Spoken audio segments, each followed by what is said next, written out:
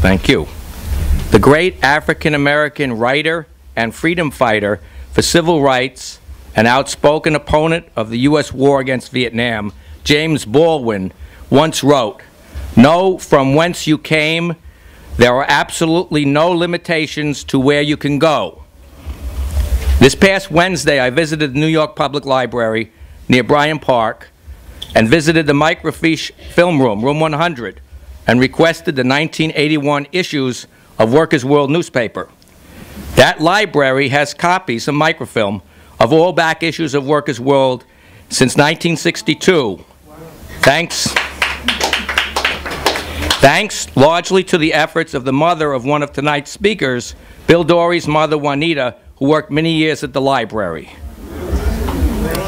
In 1981, Workers' World Party had initiated the great-grandparents of the current assembly movement, the All People's Congress, or APC, in Detroit, bringing together all elements of the progressive movement, including labor, community, the LGBTQ struggle, women's liberation, and the struggle against racism and imperialist wars.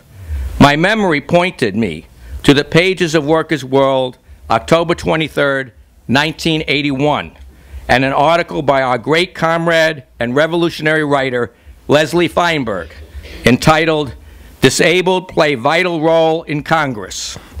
Feinberg wrote, "On Friday afternoon, individuals and contingents of disabled people began arriving at the All People's Congress, or APC. They came from Boston, New York City, Chicago, and other cities. Some 15 people in wheelchairs, 10 sightless and severely sight-impaired people, and many people who walked with the help of canes and braces, began registering and were welcomed to the Congress. Many others, especially seniors, had hidden disabilities, including mobility impairment from polio, arthritis, epilepsy, back pain, heart disease, asthma, and other physical, mental, and emotional challenges. Disabled activists and organizations played a visible role in building for the APC and were integrated into many levels of responsibility at the Congress, on the APC board as speakers and helping as ushers. Disabled participants were black, Latin, and white, women and men, lesbian, gay, and straight, and seniors. A section was reserved at the front for the severely disabled, their families, and mobilization-impaired seniors. Yet the disabled were everywhere throughout the Congress. An interpreter for the hearing impaired and deaf was at either end of the stage. Cobo Hall was wheelchair accessible. Guides for the sightless and those in wheelchairs were always available. Accessible housing and door-to-door transportation were provided. And during the Congress, a wheelchair-accessible medical unit was set up in the hall, staffed by volunteer doctors and nurses. Workers' World spoke to Gwen Elliott, a speaker at the Congress. She is a black lesbian woman, sightless and diabetic. She left her guide dog with friends to make the 28-hour bus trip to Detroit. These were her impressions. I felt there was a high consciousness of the people who had set up the Congress in regard to the disabled from the word go. From the moment I planned to go, I felt that every need was very much provided for. That's what made it possible for me to do that. When I actually got there, everybody's needs were very well taken care of. The fact that I could get around is very important, or I would not have been able to participate. For the first time, my political statement made an effect because of people's consciousness. Feinberg quoted Comrade Betsy Gimble from Disabled in Action, who explained that many of the organizers of the APC had worked to make the May 3rd, 1981 demonstration at the Pentagon accessible to the disabled. Just prior to the All People's Congress, I had joined the Workers' World Party caucus of people with disabilities after speaking to one of its leaders, Disabled in Action Secretary Betsy Gimble, about my emotional disability.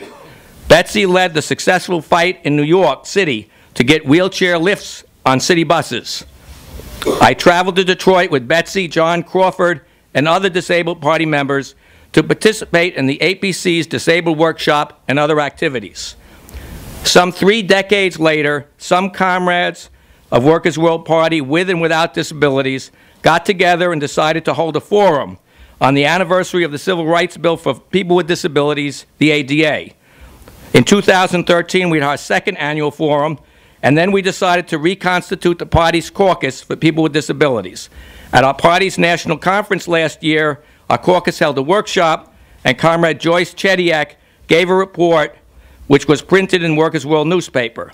In her report, Joyce pointed out, we have formed a caucus because we want to be part of these struggles for full civil rights for all people with disabilities and against the discrimination, stigma, economic disparities, isolation, and oppression that currently exist.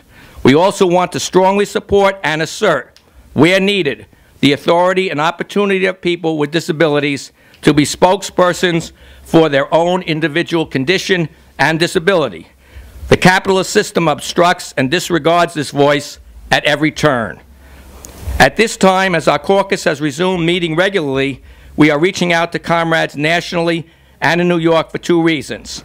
First, if any comrade who identify themselves as a person with a disability would like to participate in our weekly national conference call meetings or be placed on our Disability Caucus email distribution list, you should contact Brian Shea, Joyce Chediak, or myself. Second, if any comrades, both with and without disabilities, would like to consult with the caucus about any issue related to people with disabilities, they should also contact Brian, Joyce, or myself. This year we are planning our third annual ADA Anniversary National Forum for Saturday, August 2nd in Boston, with a location to be announced. We choose this year to hold our forum in the great city of Boston to also mark the 40th anniversary of the largest civil rights demonstration to take place since the 1963 March on Washington, where Dr. Martin Luther King made his famous I Have a Dream speech. In 1974, buses carrying African-American children to schools in South Boston and other white neighborhoods were stoned.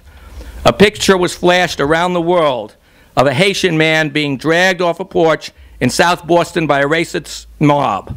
But back then, 20,000 people said no to racism and segregation in Boston on December 14, 1974. In 1974, this reporter wrote for a union newspaper of District Council 37 called Clerical Action, whose editor happened to be Betsy Gimble. The fall issue of that union newspaper featured the flyer for our December Boston March Against Racism. I also had the honor of helping silkscreen and then distribute the hundreds of beautiful green Say No to Racism flags, which helped form the gorgeous tapestry of that so wonderful day. The disability liberation movement was also inspired by the civil rights and liberation movements of people of color, women, and LGBTQ people. We have come a long way, but we have a long way to go. Fighting for access to public accommodations, opposing sweatshop sheltered workshops, demanding at least a $15 an hour minimum wage for everyone, including people with disabilities, and taking on struggle after individual struggle has certainly won some but not enough victories. Much of the homeless population are people with disabilities. Our caucus in this report wishes to salute at this moment one section of the international homeless, the indomitable people of Gaza and all of Palestine, who were kicked out of their homes in 1948 and about which Comrade Bill Dorries will be reporting later. Our speakers at the forum will include Maya X, Women's Fight Back Network, Boston, speaking on domestic violence, Brian Shea, a courageous leader of the U.S. Civil Rights Movement for people with disabilities, Renee Imperato, Vietnam veteran, leader of the Movement for Justice for Veterans with Disabilities, and Boston school bus drivers from Local 871 United Steelworkers. We need more comrades to go to Boston on August 2nd or before to help with the work, and we also have a special fundraising effort to help pay for people with disabilities who can't afford to go. I'm going to ask Johnny Stevens of our caucus to go around collecting money, and I want to end back my report by going back to Baldwin was right about the significance of knowing from whence you came. Each prong in the class struggle, from labor, community, the LGBTQ people, immigrants' rights, women's liberation and disabled liberation, the struggle against racism and imperialist wars, has become more battle-tested from its history of struggle against adversity.